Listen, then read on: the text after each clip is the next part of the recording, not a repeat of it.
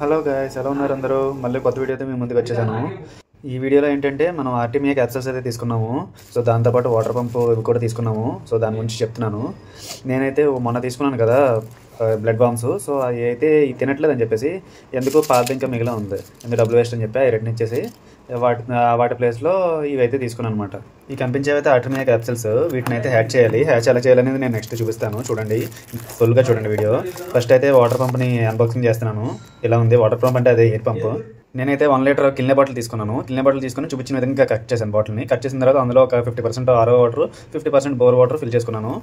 తర్వాత అందులో Artemia capsule అయితే ఓపెన్ చేశాను. చూడండి, క్యాప్సూల్ ఓపెన్ చేసిన తర్వాత అయితే ఇవన్నీ వాటి ఎగ్స్ అనమాట, ఆర్టీమియా ఎగ్స్.